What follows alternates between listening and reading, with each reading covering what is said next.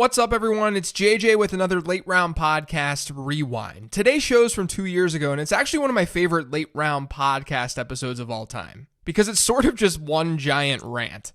After New York took Saquon Barkley with the second overall pick in the 2018 NFL Draft, Giants GM Dave Gettleman said to the world that positional value was a crock, which is absolutely absurd. So I broke down why Gettleman was wrong and why he's still wrong on a show from 2 years ago. And of course, within the discussion, I relate it back to fantasy football because that's what we all care about the most. Within the context of football, of course. Anyway, I hope you guys enjoy the rewind, and I'll talk to you on Friday with this week's mailbag episode. To Dave Gettleman, the devaluation of running backs is, quote, a crock. I think a lot of that stuff is nonsense. I think it's someone who had decided to get into the analytics of it and went through whatever. At the end of the day, a great player is a great player.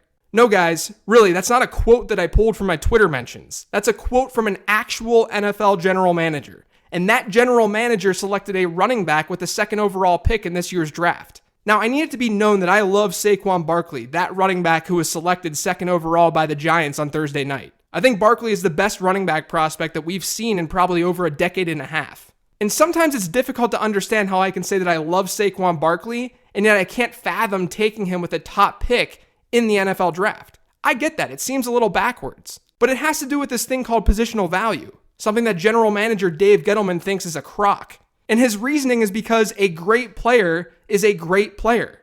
And that's complete and utter hot garbage. When I analyze a topic a lot on social media or on this podcast, I'll get responses from people telling me to just give it a rest, that I'm overanalyzing the situation. But the reason I do it is because I'm so over National Football League front offices making fans of the game dumber. This is not an arrogance thing either. Let me tell the world right now that I get things wrong. I am wrong all the time. This has nothing to do with me really wanting to prove people wrong and be right with some analysis that I've done. Because this past week, I did a long study on why running backs should be devalued. Perhaps you think I'm on this crusade because I'm just trying to promote some research. That's not true. So to prove that that's not true, let's go about this from a completely different angle. If you think running backs are valuable in some way, then fine. We'll lead the discussion with that. We'll kick things off with the assumption that my analysis was wrong and that running backs do help you win. Even under that assumption, you could still very easily dispute Dave Gettleman's remarks about positional value being irrelevant. And it's due to the fact that there are predetermined contract values for players selected in the NFL draft. Meaning, no matter who the Giants selected at the second slot in the NFL draft, they'd make the same amount of cash as Saquon Barkley is about to make. This is why, no matter how you feel about a particular position in football, there is some form of positional value. Because value is determined as relative worth. Value is what you're extracting versus something at a replacement level. And what you're relating Saquon Barkley's contract to is the rest of the running back contracts that are being handed out in today's NFL. And of the major positions in football, so I'm not talking about like long snapper and punter here, running backs get paid less money than everyone who doesn't play fullback. Fullback is the only position making less money than running backs on average. And it's not even a real position in this era's NFL. This is why Dave Gettleman's answer to positional value is making all of us dumb. Imagine a world where someone hands you $100 and says, go take yourself to a dinner. Go use this $100 on a nice meal, but know that all the money that's left over will come back to me. You don't get to keep what's left over. What kind of meal would you get? Because here's what Dave Gettleman did. He said to himself, I really like eating a Bojangles 4-piece chicken supreme. It's one of my favorite meals. And I know what I'm getting out of that meal when I purchase it. So I'm going to purchase a $7 4-piece chicken supreme with this $100 that you just handed me. Dave Gettleman could have risked going to a fancy restaurant that he's never been to, but he decided to go to a fast food joint that has good chicken. He decided that safety was more important than value. The crazy thing is that we run into the same kind of situations in our fantasy football leagues. And no, guys, I'm not saying our fantasy leagues have the same type of decision-making pressure as the NFL draft does. Please don't take that the wrong way. What I'm saying is we're factoring cost and positional value while we draft all the time. We know Aaron Rodgers is a relatively safe option in fantasy football drafts. We know he's going to produce. So why doesn't he get drafted in the first round? Because of positional value. When you can select a really reasonable quarterback in the 15th round, and if you only need one quarterback, why would you then get Aaron Rodgers in the first?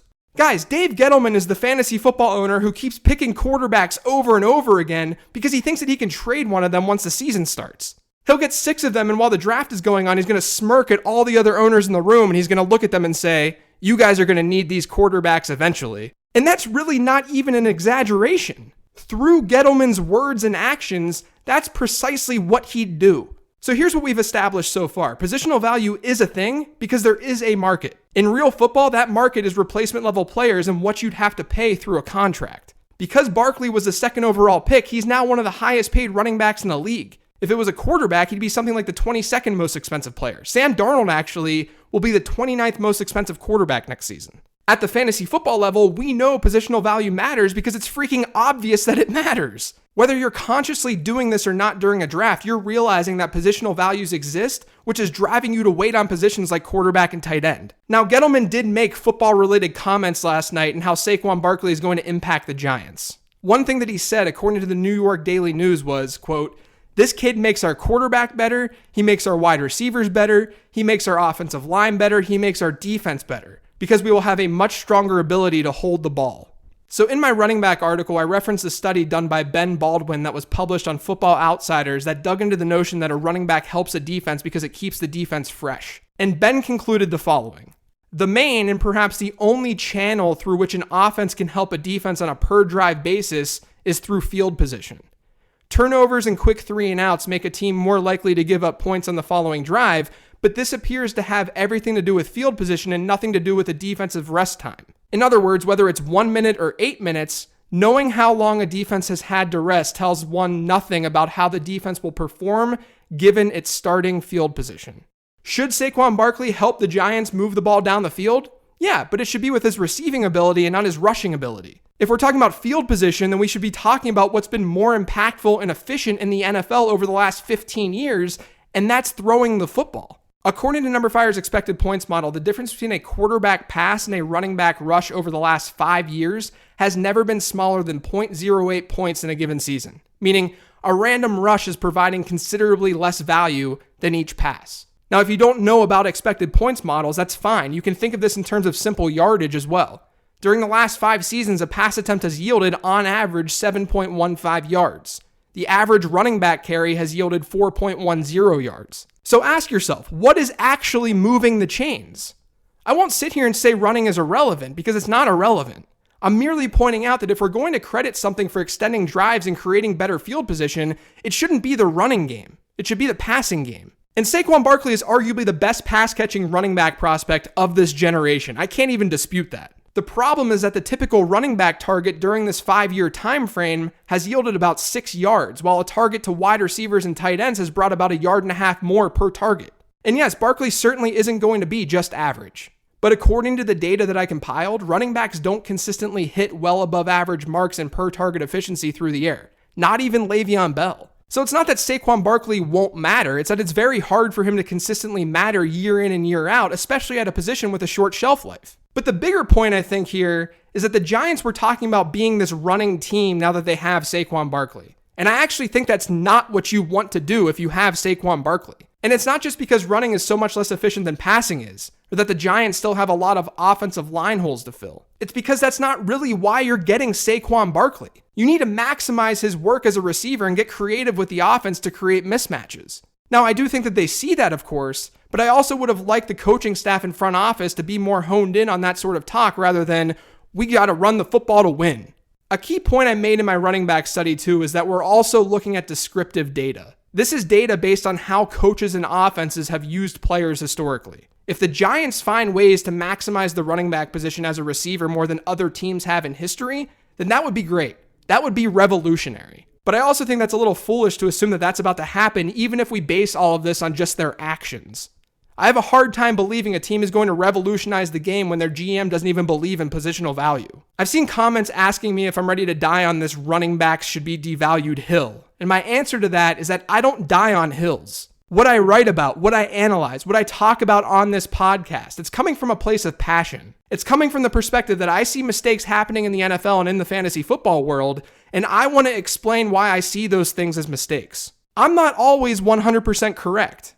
NFL teams prove me wrong all the time, and the awesome fantasy football community does that as well. But like anything you do at work, when you do a giant report on something and you share it with an audience, I'm doing the same thing. I'm saying, look guys, maybe teams really aren't thinking about this properly based on this pile of evidence. I mentioned this in my running back article, but I think that there's also a correlation does not imply causation issue that's spread throughout the league. It's always been that way though. Evan Silva noted on Tuesday's podcast how the NFL is a copycat league. And I think it's a copycat league because teams aren't thinking outside the box and actually digging into the real reasons certain things are happening. Did Ezekiel Elliott help the Dallas defense in 2016? To most, the answer to that is yes, because Dallas went from a middle of the pack defense in terms of points against to a top 5 one. And that happened all after they drafted Ezekiel Elliott. But the Dallas defense actually ran more plays in 2016 than they did in 2015. They weren't any more rested because of the running game. And Dallas's offense had a time of possession that was just 3 seconds longer from 2015 to 2016 as well. But how many times have you seen media members cite Elliott as a reason to get a running back early? Or what about Le'Veon Bell?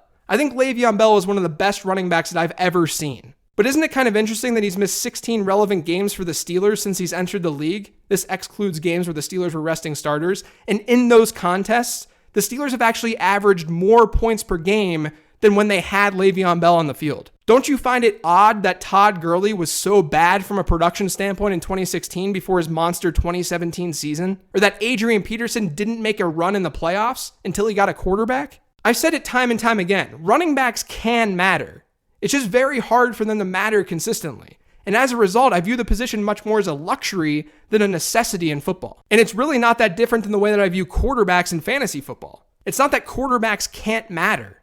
It's that it's very difficult for them to matter, or it's very difficult to pinpoint the quarterback who's going to give you a significant edge at the position in fantasy football. So as we move forward, let's continue to think about this correlation and causation issue in the NFL. Here's the thing, the Giants were actually better than their record indicated last year. Not only did they suffer key injuries, especially on offense, but they were the 8th worst team in football according to Number Fire's metrics. They realistically should have been drafting a little bit lower than they did. And when you've got a decent enough team getting back players like Odell Beckham, you're going to see an increase in the win column. The Giants are going to be a lot better in 2018 than they were in 2017, but it's going to be because of far more than just Saquon Barkley. Now, to be fair, there is one thing that I agree with Dave Gettleman about. Saquon Barkley is really, really good. I think he's going to be a stud. And my takes on running backs certainly aren't fantasy football related. Saquon Barkley will produce as a fantasy football asset. He's going to post numbers. But just remember, there's a lot more to this than just raw production at the running back position.